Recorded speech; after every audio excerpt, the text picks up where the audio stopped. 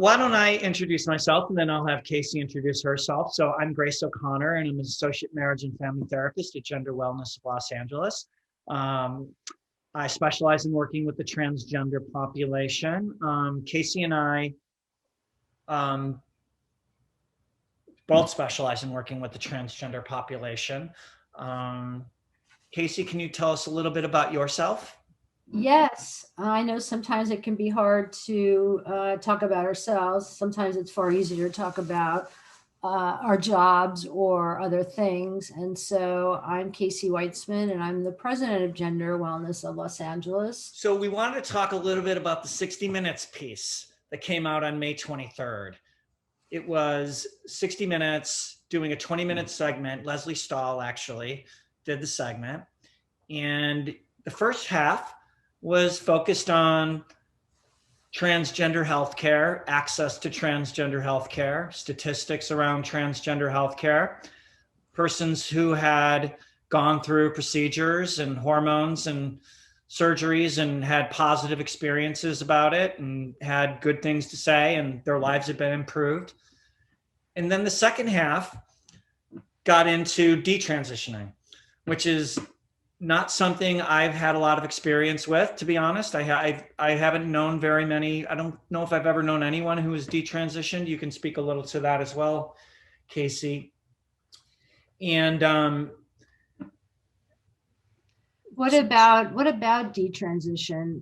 What would be sort of how would you? I mean, how would you define it without having sort of a definition of it?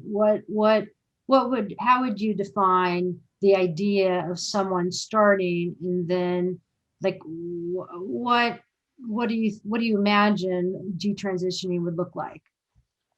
For me, I'm thinking someone has made the decision at some point in their life to transition. They are transgender and they have decided to bring their body in alignment with their own idea of their inner self. And at some point in the process, for a variety of reasons, which we can talk about, they decide that they actually don't want to transition and they want to revert back to the sex that they were assigned at birth, male, female. So that's been my experience. I think I just want to kind of frame the discussion around the percentage of persons who detransition, because I think that's important. I think 60 Minutes did a poor job of describing the extent to which detransitioning is not too prevalent in the transgender community. One statistic I can say, in 2015 survey of nearly 28,000 people conducted by the US-based National Center for Transgender Equality, only 8% of respondents reported detransitioning, and 62% of those said they only detransitioned temporarily.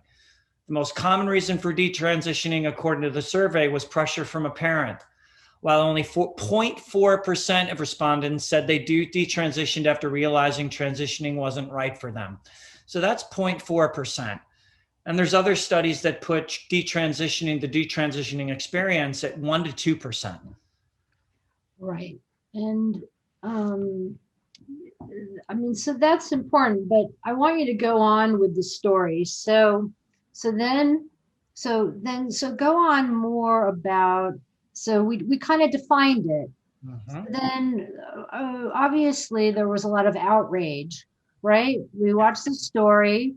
Then, so why don't you go on? Why don't you talk more about the story and what you experienced and some of the outrage that's being talked about after the show? So it's interesting because it's a conversation that can exist. Detransitioning can exist in the transgender community. But once we start bringing in the cisgender population into the discussion, not everyone has the best interest of the transgender population in mind.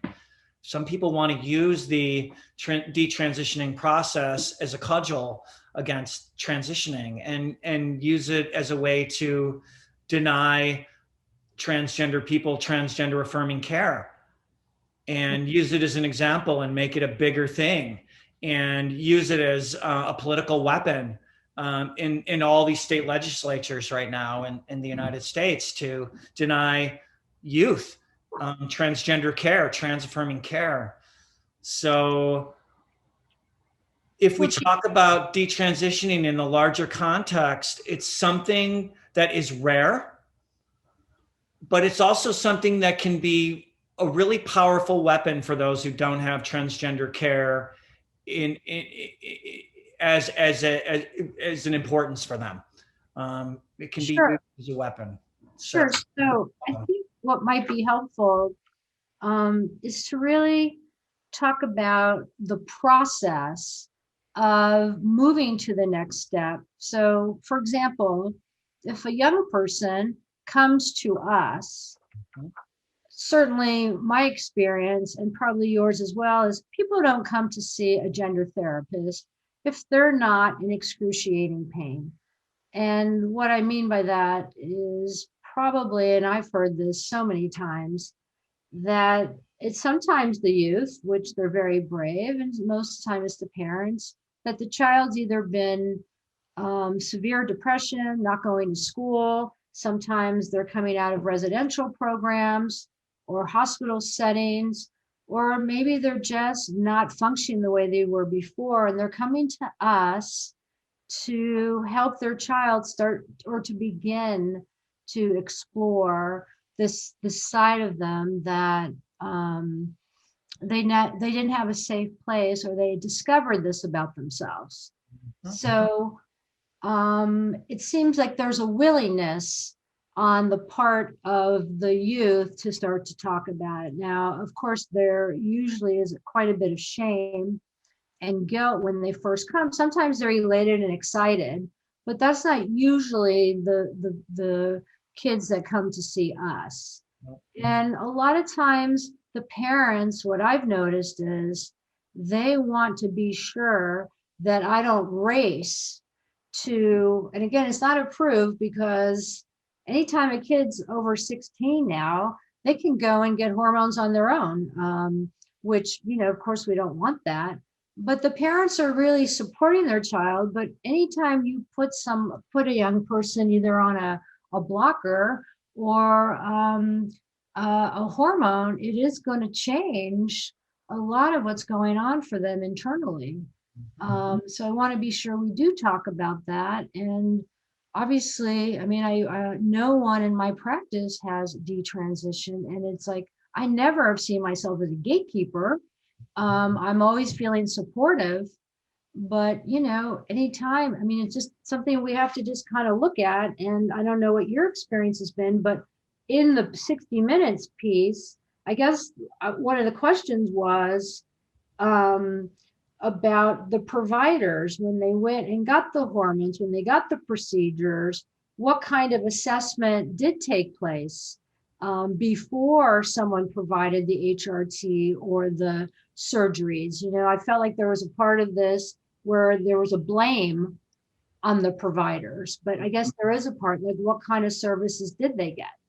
Good question. Right.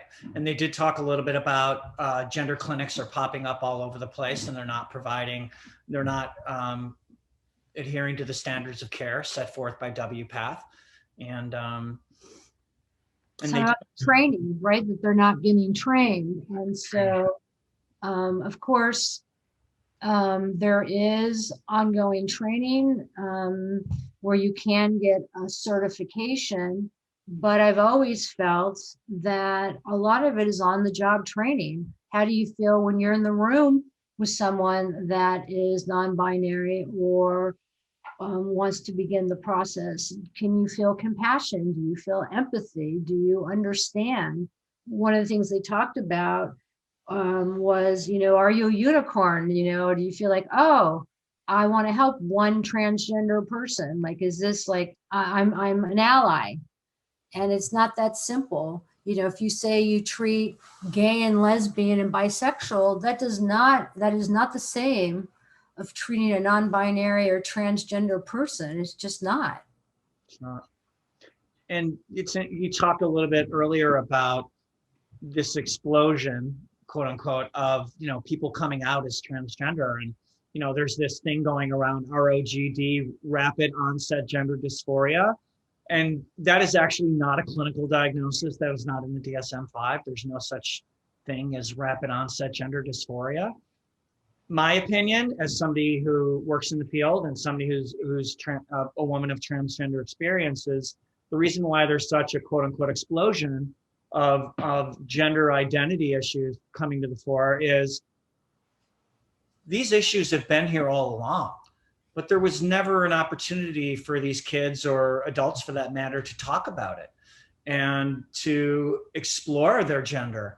It wasn't available before. There were no transgender specialists, a few, I can name a few of them just in Los Angeles who have been in this field for a long time, yourself included. You can earn a living as a transgender person, right? You can still be a parent and not have to worry about having your kids taken away from you because you come out. You can get transgender care now, and you can transition and become a vital member of society. And those things were not available back in the day. You couldn't, as a kid showing up in high school as a transgender youth, you couldn't, even now it's dangerous. There's so much bullying of transgender youth in high schools. It's still horrible, but at least there's some space for it now.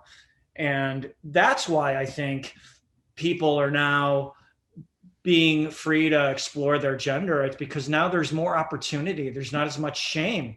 There's more representation in the media now. It's talked about more. It's being normalized. Thank God, because it's always been a part of the human population, transgender identity. It's just now we're actually talking about it, and there's a framework for it.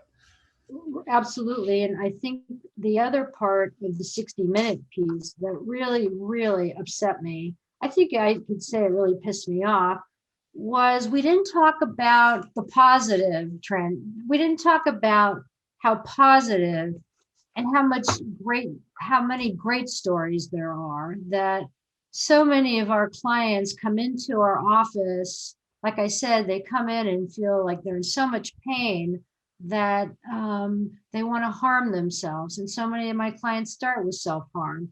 And my older transgender people, I'd say from the age of maybe 35 or 40 to maybe 70 years old, feel like they could never transition because they have, let's say, too much body hair, or they're worried about facial or their shoulders. Over a period of a couple of years, through electrolysis or other procedures, start to blossom and start to smile when they never smiled before in their whole lives. And like you said, the kids don't leave. Some marriages stay. Still, I'd like to see more.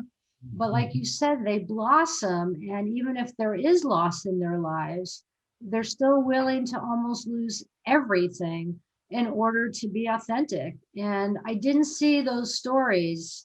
I didn't see that. I just saw a lot of crap. And again, I was very concerned about the time frame of when this story happened, and even the overtime story afterwards with Dr. Marcy Bowers and others. I thought it was kind of I'm not sure how I would define it, like a consolation prize or something. They were trying to put a Band-Aid over the story. And although I thought it was an attempt, I still was not happy with a lot of what I heard, because I didn't feel like the importance of how some therapy, maybe counseling, we won't even call it mental health services, the clients will benefit. That, just like diabetes or any other medical condition, talking about it or just dealing with knowing that you're going to take hormones or other things for the rest of your life,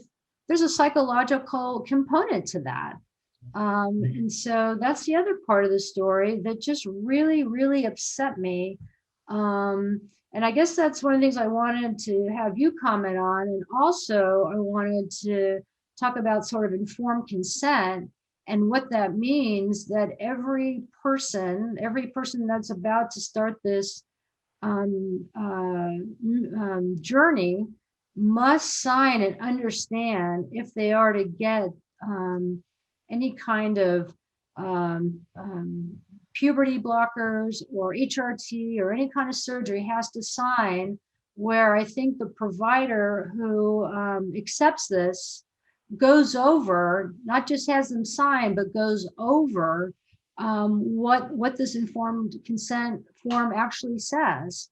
Yeah. So why don't you take it from here, Grace? That's why I think the therapeutic part of the transition is so important too. We can psychoeducate, we can talk about it, and we can share about the pros and the cons. And by the way, if the statistics are to be believed, and there's no reason they shouldn't be, according to the latest studies, 92 to 98% of our clients are going to have a positive experience transitioning. And I don't like, I think the thing that pissed me off is they almost want to diminish the experiences of transgender people when they come in to see us, that they've just been indoctrinated on YouTube to believe that they're transgender, but that's not the transgender clients that I'm seeing that come in to see me. Suicide rates, self-harm rates, eating disorders, suicidal behavior, they're all higher, exponentially higher in the transgender community. So when my clients are coming in to see me, we're dealing with a lot of co-occurring disorders. We're dealing with the gender dysphoria. There may be depression. There may be anxiety. There may be self-harm. There's cutting. There's suicidal behavior, previous suicidal behavior. So I feel it's important to kind of widen the discussion that a lot of my clients are not just dealing with gender dysphoria. That's part of it, but there's co-occurring disorders that we're looking at as well. And we're helping our clients to find safety and stabilization. And you talked about informed consent. In our informed consent at Gender Wellness, it's very, very detailed. We talk about what generally therapy and what it can do and how it can change a person and how it can be very, very positive, but also it can sometimes bring up old stuff, and it can bring up feelings of sadness and distress and hopelessness sometimes because we're doing the inner work, and it can be hard. So we do go over that with all our clients, and the informed consent that you and I provide in our letters, we're very, very, you and I are both very, very clear with our clients on the upside and the downside of having top surgery, that there can be medical complications and depression can follow. And that also, I think part of the therapeutic process that's so important is kind of calibrating our clients' expectations around what it means to transition. That it's not a cure-all. You know, there's other issues. Just because you transition doesn't mean that there's not other underlying issues. Like you talked about family systems. We may be dealing with alcoholism in a family or addiction, or there may be a history of mental illness in the family, and we're dealing with all of that. So I add to that please. What I try and explain to doctors and providers is that, yes, you're brilliant, and I'm a little sarcastic, but I don't mean to be, that as doctors and surgeons, you guys are brilliant in, I'm just thinking of many of my cis females that transition to male, and we do a double mastectomy, or we do chest surgery, and the doctors are just really thrilled. And the kids are really thrilled because they've been really wanting this for a year, 2 years, and then this happens. And then the youth is like, well, why aren't I happier? And it's like, well, think about it. You've been building and building and building, but if you weren't happier before, you know, our work is still to go back and build on that. And like I said, a lot of the providers just feel like, well, that's it. You're good now. And that's what I've been trying to explain to providers. We get them back after that. And that's why I think the informed consent is so important. And what I've watched recently is some of these universities are really working with us as providers and saying, do you think the youth is ready? Now, again, is that gatekeeping, or is it more just, we want to be sure we're on the same page? And so some of the providers are now saying, I'd like you to go get a month or two of therapy just to be sure everything's okay, and then come back and we'll start up again. But again, it's not like we don't want you to have what you want. but it's just more, let's all be on the same page. Yeah, and informed consent for the transgender population is a relatively new thing. The standards used to be set by WPATH, right, up until about 2012, 2013, that there would be 6 months or a year of living in one's, gender identity that they wish to transition into, and a certain, Right. right? That And used in, to be, right, used to in the be dark done, but ages, right, in the dark ages, when I first started out, we met as a committee, and we did write letters for HRT. And so obviously we've come a long way. And again, I think that any of us could benefit from a little therapy. And I know there's people out there who will say, well, we can't afford it. And there are lots of ways to access therapy for free, either over telehealth, or there's so many places like any children's hospital all over the United States or other clinics that provide free or low cost therapy for people who don't have insurance. it's true. I have found therapy to be an unbelievably important tool in the transition process. It's so much more dynamic than we give it credit for. I hear people say like, well, as soon as I have my surgeries, I'm going to be happy. And it's like, well, any change is challenging, right? Any change we make in our lives, there's feelings that come along with that. And why wouldn't that be the same with transition? Just because I'm self-actualizing and becoming the person that I've always wanted to be or always envisioned myself to be, that doesn't mean that there's not still going to be some grieving going on of letting go of certain parts of self that I've been holding on to or that were assigned to me. It can still be a grieving process, even though I'm very, very happy I'm doing the procedures, in the midst of change.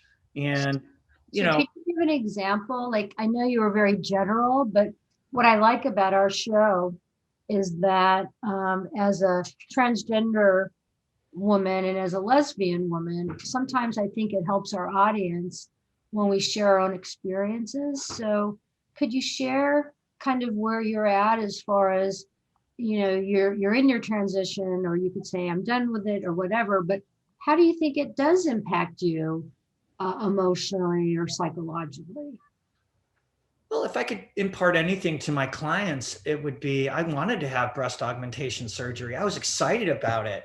And then when I finally decided that I actually had my date, I got a lot of anxiety. And it wasn't because I didn't want it.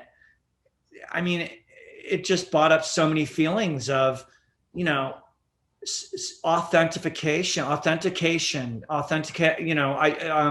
individuating, and this was a new experience of individuating and self-actualizing, and there was grief for me, and there was anxiety. Am I going to be accepted by everyone? Am I going to be, in this new place of presenting even more female? Am I going to experience more bullying? How is my social life going to change? My walking down the street, how is that going to change? I'm much more visible as a trans woman with breast augmentation. What's that going to mean for family? What's that going to mean, right? The more I self-actualize, I'm hoping to be accepted, but that's not always going to be the case. So I think there's, on my part, but I'm sure on other transgender persons' parts, it's like if I just stay small and under the radar and fly under the radar, I'll catch a little less flack from society or people. But once I start to decide, like, all right, no, I'm going forward, I'm not holding back anymore. Of course, it's gonna bring up some anxiety and some fear about acceptance. Am I going to be loved? Am I going to find a partner someday? Am I going to be able to live the kind of life that I want to live as a self-actualized transgender person? I think Right. that, yeah. So emotionally, it brings up a lot. And having that therapist throughout that process, like having a transgender affirming therapist to lean on in that process. Right, is invaluable. And there were, as I recall, there were many times I was like, I need to talk to my therapist. This feels like shit. And But again, going back to the 60 Minutes piece on May 23rd, Mhm. why wasn't more stories like yours on that air? Like, why didn't we have more stories about you struggle? You could not get these hospitals to approve the insurance, or you had to go back to the insurance companies and fight each one of them. And you're a very strong person. For many of our clients, they don't have the wherewithal or even the confidence to have to say, I'm transgender and this is what I need, and you're rejected. And then, or you have to go through appeals. So, but through it all, where are more of your stories? Why weren't they shown over and over again? We see so much of it. Why didn't we see that? I know. I mean, it could be almost, I'm not saying the way we end today, but why didn't we see more of that? I mean, tell Like me. Leslie Stahl tried to kind of put a button on it in the middle of it and go, most trans people's experiences are positive. And then it was 10 minutes of straight up detransitioning with no other information mixed in there. So, and like I said, detransitioning is a very, very hot button issue. And it would be very easy to, imagine that that's a very, very common experience, but it's really not. Using 10 minutes of positive experience and then 10 minutes of you're giving equal time to detransitioning, that kind of elevates it to a more prevalent topic, but it's really not. It's a small percentage of our population. And we understand that, but there's organizations that don't understand that, and they are looking to marginalize and oppress the transgender population, and they want to use that information. Look, it was on 60 Minutes, detransitioning. See, they're being indoctrinated, and they gave it equal weight, and I think that's the problem. Well, and I also understand that the woman that detransitioned, she's the president of a group, and I can't remember what her organization was, Yeah. but I feel like it gave advertised her organization, and that was never, if it was disclosed, it wasn't talked about as it being sort of a group that's getting larger and larger. But I didn't even want to name what it was because I don't want to give more publicity. But again, since in my practice, no one has detransitioned, part of it is just really listening to our clients and being with them where they are. And that story could have been something really different. It was actually the first story. And now my parents are extremely overprotective. And one of the things they will ask me is, so you're going to take time with my baby. You're not going to rush, because I've talked to other therapists that feel like a couple sessions and they're good to go. And that's where I say I am a dinosaur. If they want to go to someone else, that's great. But with me, they're going to have to spend some time. And the parents are relieved, actually.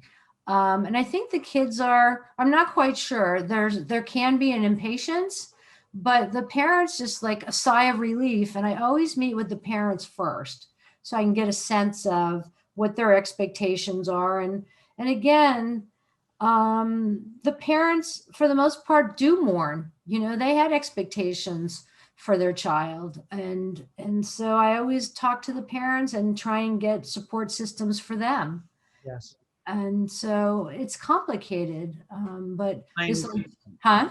Every client is different, right, Casey? Every single client is different. I have adults who come into my practice who have known they were transgender for 20 years, but they got married and had kids and they weren't ready to face it at that time. And they come in and they've been experiencing gender dysphoria for 20 years and they're ready, and they've had the diagnosis. I'm giving them the diagnosis, but they've been gender dysphoric for 20 years and they're ready. But then I have other clients who come in who are just exploring their gender identity, and I'm going to explore that with them.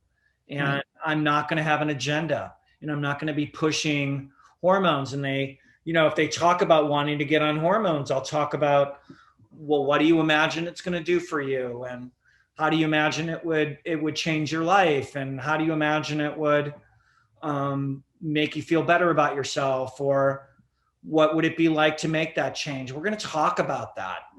I'm not just going to jump in and automatically, well, they would need parental consent anyway. If they're under the age of 18, they need parental consent. Right. And what I was also going to say was, and then you can wrap it up for us, is the most important things are you going to change your documents, right? Because are you going to apply to college with your old name and gender? How do you get, when you get a job, what are you going to apply as? How are you going to support yourself? If you appear in one or non-binary, what box do you put when you're applying for a job? Dating, we need to talk about dating. Dating as a non-binary or transgender person isn't always very easy. We have to talk about what happens if you're alone. These are part of the mental health challenges. What happens if your parents are not accepting, or other things come up? What happens if your friends let go of you? These are really difficult things. What happens if you don't pass all the time and you're called out on it? You have to have a thick skin. These are not things that are always talked about, but that's part of what coming to a counselor, or it doesn't have to be a counselor, but a support group, online things that help build that confidence. But those stories were not talked about. Well, they were not.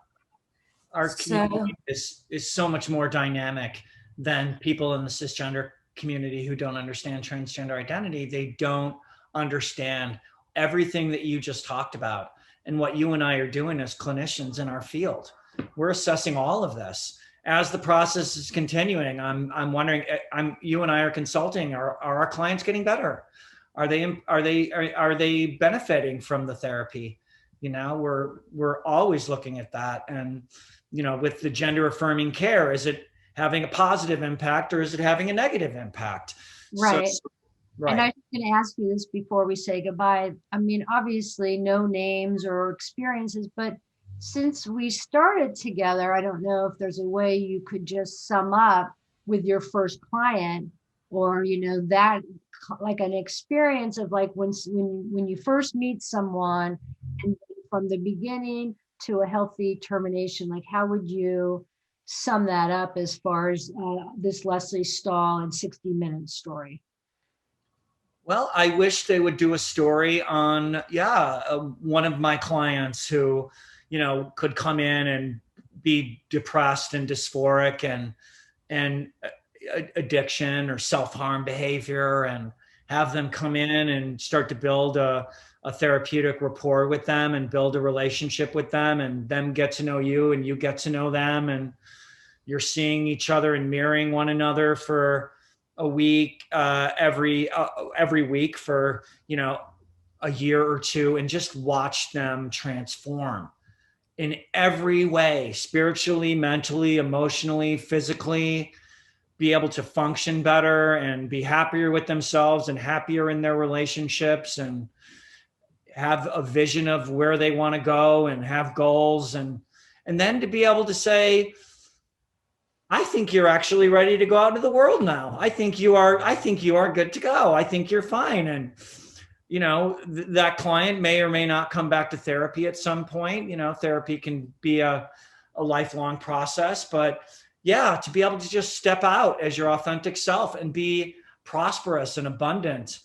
That I wish they would do more stories on that. I think that would be really amazing. And that's, Casey, that's the majority of the stories. Yes. That's the majority. Over 90% of those, that's the experience. Yeah. Come in to see us. Yeah. So thank you for sharing that, because,